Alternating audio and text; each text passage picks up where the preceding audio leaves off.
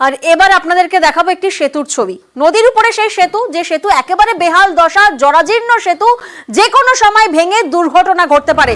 দেখুন সেই সেতুর ছবিটি। নদীর উপরে সেতু একেবারে বেহাল দশা, যে কোনো সময় এই সেতু ভেঙেই কিন্তু ঘটতে পারে বড়সড় দুর্ঘটনা। জরাজীর্ণ এক সেতু, ভোগান্তিতে হিঙ্গলগঞ্জ ও হাসনাবাদের এলাকাবাসী। প্রতিনিধি অনুপম এই মুহূর্তে আমাদের সঙ্গে রয়েছেন। অনুপম, প্রথমে তোমার থেকে জানার চেষ্টা করবো, এই যে সেতু, এই সেতুর আশেপাশে পঞ্চায়েত অফিস বা বিডিও অফিস রয়েছে, এই জন্য জিজ্ঞাসা করছি যে এই সেতুর উপর দিয়ে কি কোনোদিন বিডিও বা পঞ্চায়েতের সদস্যরা গেছেন? ওনাদের নজরে কি এসেছে?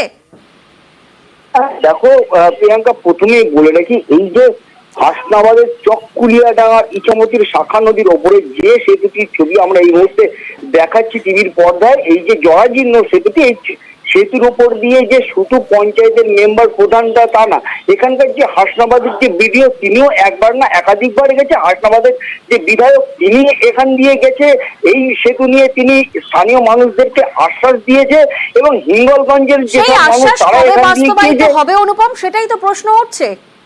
হ্যাঁ, এইটাই এখানেই কিন্তু সব থেকে বড় প্রশ্ন। এলাকার মানুষ কিন্তু এই যে সেতুটা নিয়ে রীতিমতো আতঙ্কিত, তার কারণ এই সেতুর উপর দিয়ে অসুস্থ মানুষ থেকে শুরু করে স্থানীয় ছাত্রছাত্রী, এলাকার মানুষ। তুমি আমাদের সঙ্গে থাকো পঞ্চায়েতের তরফ থেকে এবং ভিডিও কি বলছেন তো শোনাবো, কিন্তু তার আগে এলাকাবাসী কি অভিযোগ করছেন শুনুন একবার। যাতায়াত করতে গেলে তাদের বিশেষ সমস্যা হয়ে যায়, বর্ষা হলে করে জল জমে যায়, মাঝখানে পশানটা একদম ভেঙে গেছে, ওলার যে পশানটা আছে ওটা এখন রড বেরিয়ে পড়েছে, আপনি দেখতে পাচ্ছেন। সবচেয়ে বড় কথা প্রচণ্ড সরু, যে দুখানা সাইকেল পাশাপাশি পাস করতে পারে না, ও একটা অটোরিক্সা আসছে আর একটাকে এদিকে রুখে যেতে হয়, তারপর ওর মাঝখানে প্রচুর পরিমাণে জল দাঁড়ায়, গর্ত হয়ে গেছে, খুব বিপজ্জনক। এক সাইড তো ভেঙেও গেছে। তো হ্যাঁ, ভেঙে গেছে। আমরা চাই ব্রিজটা তাড়াতাড়ি হোক।